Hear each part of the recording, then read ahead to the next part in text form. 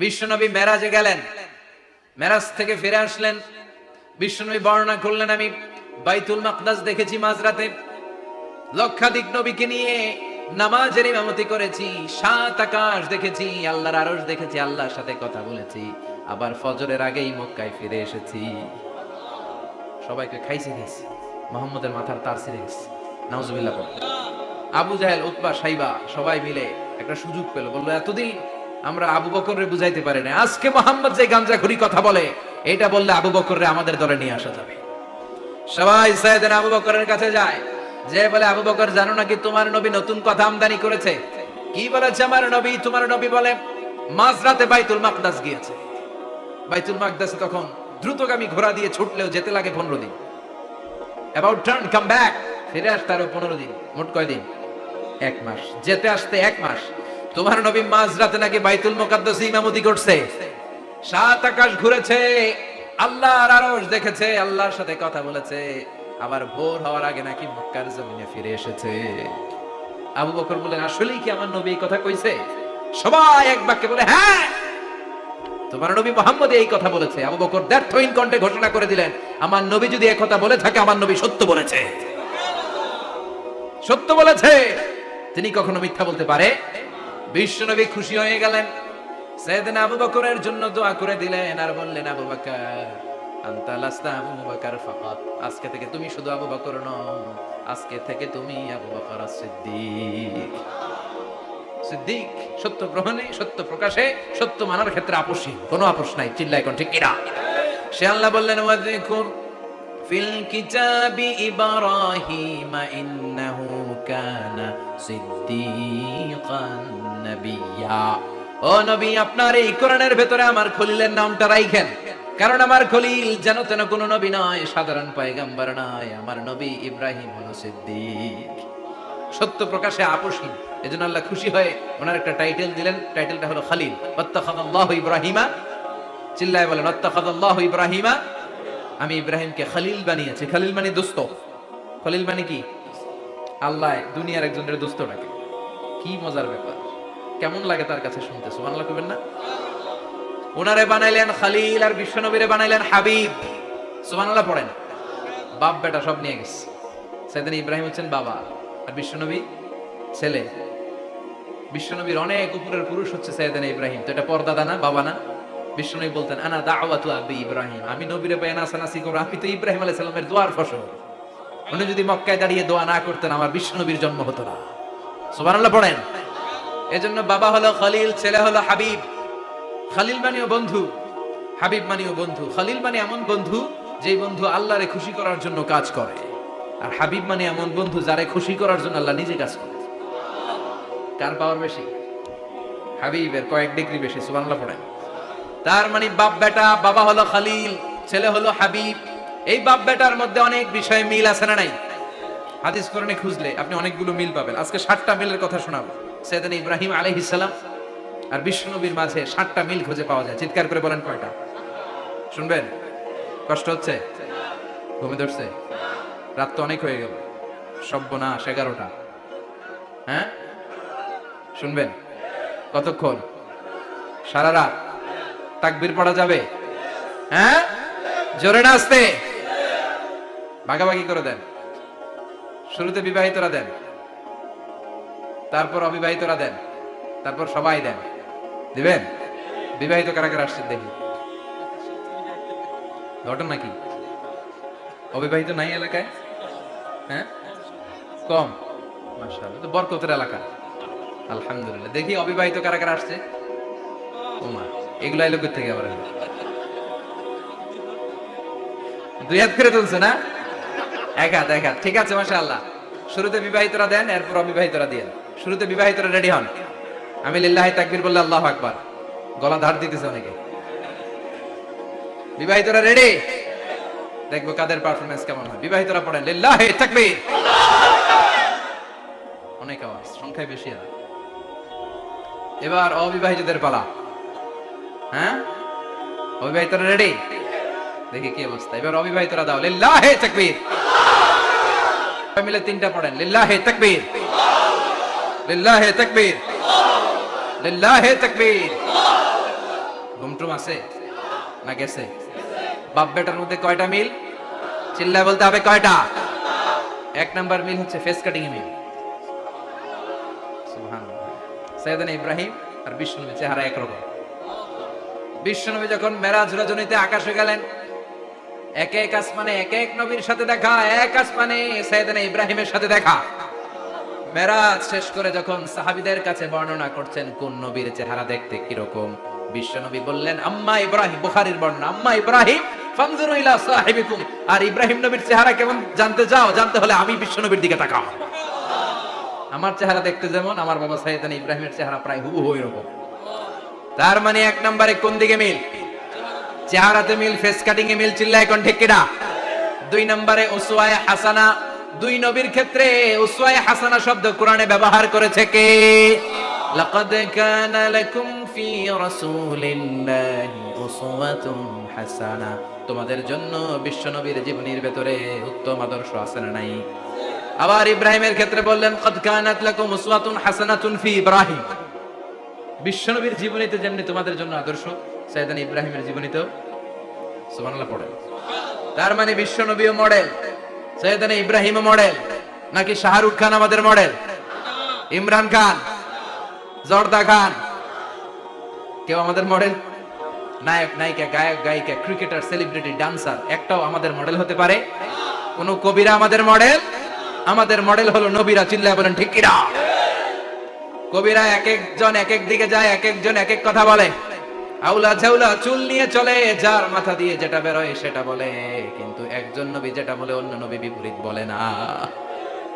কারণ কবিরা কথা বলে তাদের মন মস্তিষ্ক প্রসূত কথা থেকে, আর সব নবীদের কথা আসে একটা হেডকোয়ার্টার থেকে। হেডকোয়ার্টারটা কার? কোন নবী বলছে আল্লাহ একজন, আরেক নবী বলছে না দুইজন হতে পারে। কোন নবী বলেছে আখিরাত আছে, আরেক নবী এসে বলছে নাও থাকতে পারে। এরকম কইছে? কারণ কবিদের মতো ওনারা মাথায় যা আসে পাগলের মতো তাই বলে না। তাদের মাথায় কথা আসে একটা হেডকোয়ার্টার থেকে। চিল্লায় বলেন হেডকোয়ার্টারটা কার? আল্লাহ বললেন উসওয়ায়ে হাসানা, বিশ্বনবী তোমাদের জন্য আদর্শ, সাইয়েদনা ইব্রাহিম আদর্শ। তার মানে আদর্শিক দিক থেকে দুই নবীর মিল আছে না নাই? তিন নাম্বার, দুইজন নবী উলুল আজমি মিনার রাসূল। এই পৃথিবীতে পাঁচজন নবীকে আল্লাহ শ্রেষ্ঠ নবী বলেছেন। নূহ আলাইহিস সালাম, ইব্রাহিম আলাইহিস সালাম, মূসা আলাইহিস সালাম, ঈসা আলাইহিস সালাম, বিশ্বনবী মুহাম্মদ রাসূলুল্লাহ সাল্লাল্লাহু আলাইহি ওয়াসাল্লাম। এই পাঁচজনের ভিতরে বাপ বেটা আছে না নাই? কথা কর। চার নাম্বার মিল হলো বাপ বেটা দুইজনই কাবা বানিয়েছে। আল্লাহু আকবার। সাইয়েদনা ইব্রাহিম বানিয়েছে বয়স্ক অবস্থায়, বিশ্বনবী বানিয়েছেন শৈশবকালে। পড়েন সুবহানাল্লাহ। বিশ্বনবীর বয়স মাত্র 10 বছর। কয় বছর? 10 বছর বয়স আমরা লুঙ্গিও পড়তাম না। কথা কর। ছোট বাচ্চারা অনেক সময় এই বয়সে লুঙ্গি খুলে ফেলায় না? গরমকাল আসলে লুঙ্গিগুলা সব খালের সামনে থুইয়া ডুবায়, চোখগুলা লাল করে আর করে বাইরে আছে না নাই? কিন্তু বিশ্বনবী লুঙ্গি খোলেন না, লুঙ্গি পড়ে থাকে। কাবা ঘর নির্মাণের কাজ শুরু হলো, বিশ্বনবী পাথর টানতে শুরু করলেন। বিশ্বনবীর বয়সের 8-10 বছরের ছোট বাচ্চারা সবগুলা লুঙ্গি খুলে কাঁধে লইছে।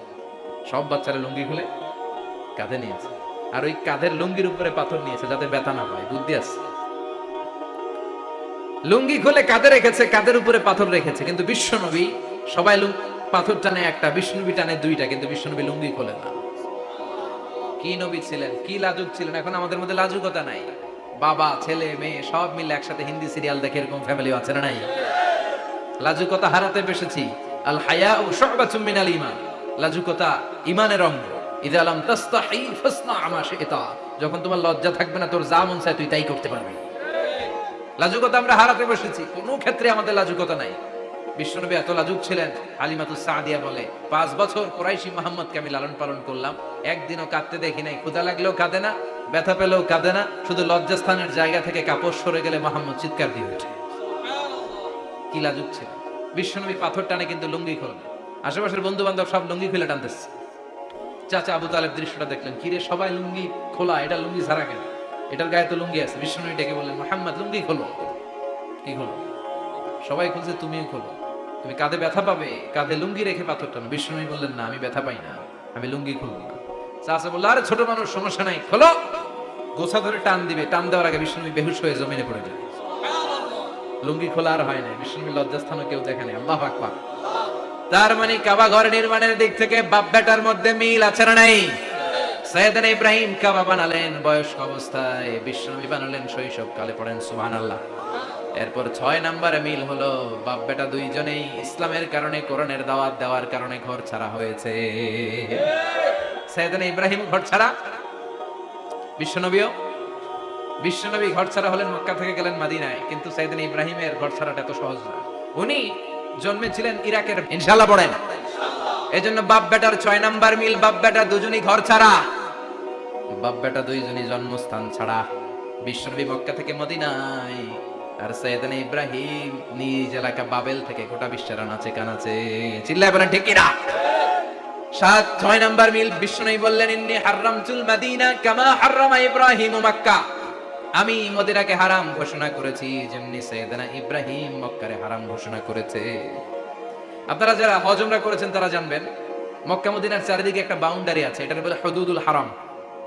পিলার আছে, ওই পিলারে লেখা হুদুদুল হারাম। কি লেখা? এইখানে মারামারি, ঘুষাঘুষি, কিলাকিলি সব হারাম। খুন করেও যদি, সৌদিতে খুন হয় না, কথা কয় না, সৌদি আরবে ধর্ষণ হয় না, হয়তো কম হয়, খুন হয় না, হয়। কোন খুনিও যদি এই হুদুদুল হারামের ভিতরে ঢুকে, পুলিশ ওরে মারতে পারবে না, ওরে ভুলায় ভালায় ফুসলায় বাইরে নিয়ে মায়। হুদুদুল হারামের বাইরে নিয়ে মায়, ভিতরে মারামারি করা যাবে? তো এই যে হুদুদুল হারামের বাউন্ডারিটা, মদিনারটা দিয়েছেন, ঠিক করে দিয়েছেন বিশ্বনবী, আর মক্কারটা দিয়েছেন সাইয়েদনা ইব্রাহিম। বাপ বেটা মিল আছে না নাই? এরপরে বাপ বেটার মধ্যে 7 নম্বরে মিল হলো, বাপ বেটার একজন হলো সব নবীদের নেতা, আরেকজন হলো সব নবীদের পিতা। একজন সব নবীদের নেতা বিশ্বনবী, ঠিক কিনা? আরেকজন সব নবীদের পিতা সাইয়েদনা। এই জন্য আমরা যখন শেষ বৈঠকে নামাজের শেষ বৈঠকে যখন সালাম ফেরার জন্য প্রস্তুতি নেই, তার আগে বাপ বেটা দুইজনের উপরে সালাম আছে না নাই? একটা দুরুদ আছে না নাই? দুরুদের নাম দুরুদে আল্লাহুম্মা সাল্লি আলা মুহাম্মদ ওয়া আলা আলি মুহাম্মদ কামা সাল্লাইতা আলা ইব্রাহিম ওয়া আলা আলি ইব্রাহিম ইন্নাকা হামিদুম মাজিদ। আল্লাহ সাইয়েদনা ইব্রাহিম ও তার বংশের উপর যেমনি রহমত প্রেরণ করেছেন, বিশ্বনবী ও তার বংশের উপর রহমত নাজিল করে।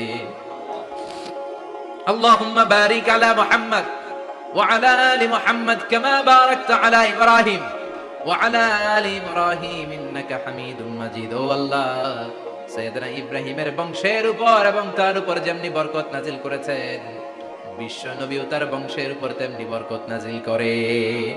দেখেন, দুইজনের কথাই আছে, বিশ্বনবীর কথাও আছে, সাইয়েদনা ইব্রাহিমের কথাও আছে। এই 7টা দিক থেকে বাপ বেটার মধ্যে মিল রেখেছে কে?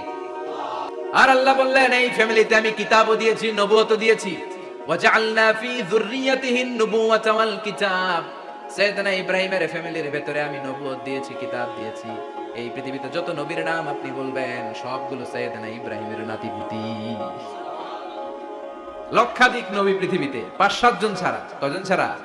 উপরের 5-7 জন ছাড়া যত নবী আপনি নাম বলতে পারবেন, যাদের নাম জানি কিংবা জানি না, সব সাইয়েদনা ইব্রাহিমের বংশধর, ওনার নাতিপুতি। ওনার আল্লাহ 86 বছর বয়সে দিলেন সাইয়েদনা ইসমাইল আলাইহিস সালামকে। ওনার বয়স যখন 100, তখন দিলেন সাইয়েদনা ইসহাক আলাইহিস সালামকে। তাহলে ওনার প্রথম ছেলের নাম, দ্বিতীয় ছেলে, আওয়াজ করে বলেন, প্রথমটা, দ্বিতীয়টা ইসহাক। দুর্ভাগ্যজনক হলেও সত্য, ইসমাইলের চেনে কোনো নবী আল্লাহ দেন নাই, কোনো নবী নাই। সব নবী এই চেনে, হাজার হাজার লক্ষাধিক নবী খালি ইসহাকের বংশে নবী। এই বংশে কোনো নবী নাই। আর এই বংশের নবীরা প্রজন্মের পর প্রজন্ম একে অপরকে বলে যায়, সব শেষে কিন্তু একজন নবী আসবে, এটা হবে শ্রেষ্ঠ নবী, বিশ্ব নবী, ঠিক কিনা? একের পর এক নবুয়ত আল্লাহ এই চেনে দিলেন। ইসহাকের চেইনে, সাইয়েদনা ইসমাইলের চেইনে কোনো নবী নাই। এত নবী এখানে এসেছে, এরা ভেবেই নিয়েছে ওই যে শেষ নবী, যেটা শ্রেষ্ঠ নবী, এটাও এখানেই আসবে। কিন্তু আস্তে আস্তে হাজার হাজার লক্ষাধিক নবী আল্লাহ এইখানে পাঠিয়ে সাইয়েদনা ঈসা আলাইহিস সালামের পরে আল্লাহ স্টপ মেরে দিলেন। স্টপ মেরে দিয়ে 570 বছর পরে শ্রেষ্ঠ নবীটারে আল্লাহ এই চেনে পাঠিয়ে দিলেন। এজন্য আমরা হচ্ছি বানি ইসমাঈল। আমরা কি? বিশ্বনবী হচ্ছেন বানি ইসমাঈল, বিশ্বনবী কি? আর এরা হচ্ছেন বানি Israil. Changing the leadership from বানি ইসরাইল টু বানি ইসমাঈল।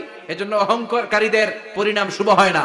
এরা নবী পেতে পেতে এই প্রজন্ম অহংকারী হয়ে উঠেছিল আর গালি দিচ্ছিল, এই চেইনটা আটকুরা চেইন, নবী আসার দিক থেকে এই চেইনে কোনো নবী নাই, সব নবী এই চেইনে আমরা পাই, আর শ্রেষ্ঠ যে নবীটা আসবে সেটাও এই চেইনে আসবে। আল্লাহ কয়, না, আমি খেলা উল্টায় দিব, সব নবী এখানে পাঠালেও শেষ নবী আমি এখানে পাঠাবো না।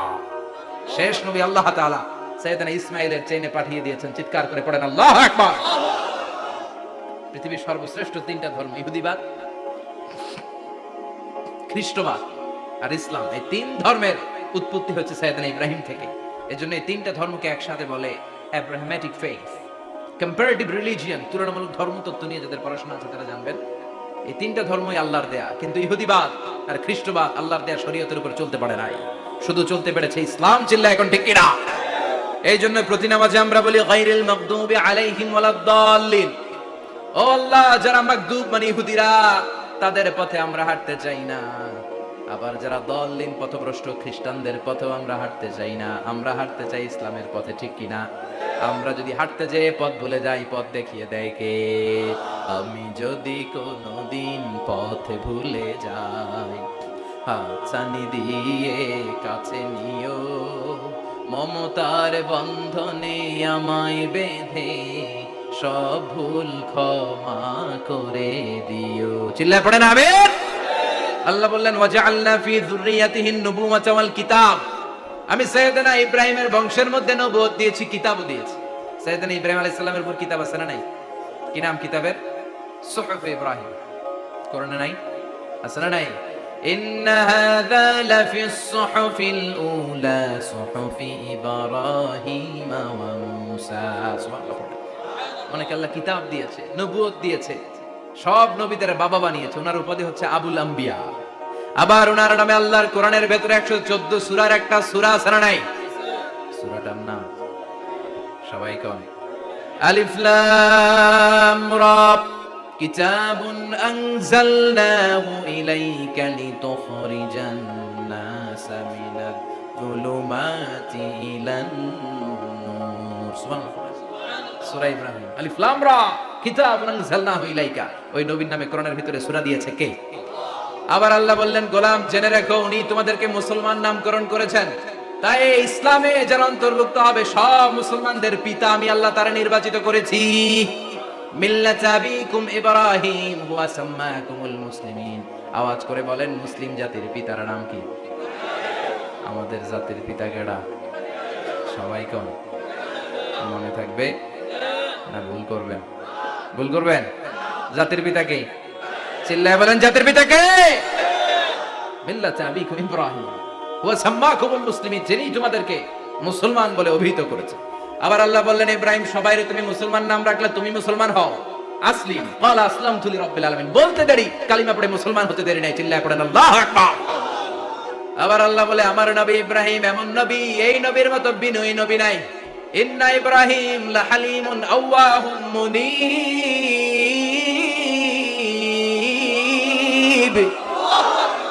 ইন্না ইব্রাহিম লাহালিম আওয়াহ মুনীব।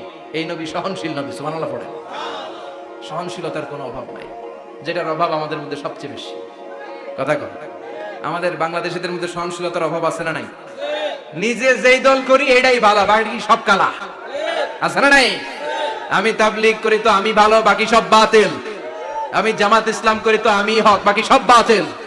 আমি আহলে হাদিস তো আমি সেরা, আমার মতো সেরা কেউ নাই। এরকম অসহনশীল মানসিকতা আছে না নাই? নিজে যেটা বুঝি এটাই ভালো, বাকিরা কেউ ভালো না, বাকি কেউ ভালো না। আহা, কি ভয়ঙ্কর অবস্থা। কিন্তু সাইয়েদনা ইব্রাহিমের অভ্যাস সেটা ছিল, উনি সহনশীল ছিলেন। আমাদের বাংলাদেশে দেখেন কত ইসলামিক দল, কত পীরের মুরিদ, কত পীর। এই দেশে যত পীর, অনেক দেশে জনগণ এত নাই। কথা কন, এত পীর এই দেশে, অনেক দেশের জনসংখ্যাও এত না। এক ইসলাম, এক কোরআন, এক নবী, তারপরে গুতাগুতি আছে না নাই? কেউ কাউরে দেখতে পারে না, ঠেলাঠেলি। হ্যাঁ, এ কাফের, তুই কাফের, তোর নানা কাফের, তোর 14 গোষ্ঠী কাফের, তোর পীর সাহেব কাফের। আছে না নাই? কয় আমার পীর সাহেব কাফের হলে তোর পীর সাহেবের 14 গোষ্ঠী কাফের। ওই কাফের মরলে যেখানে কবর দেয়া হবে, ওই কবরের উপরে যে ঘাস উঠবে, ওই ঘাস যে গরু খাবে, ওই গরুর দুধ যে খাবে, ওইটাও কাফের। কথা কন, আছে না নাই? কেউ কারো ভালো সহ্য করতে পারে?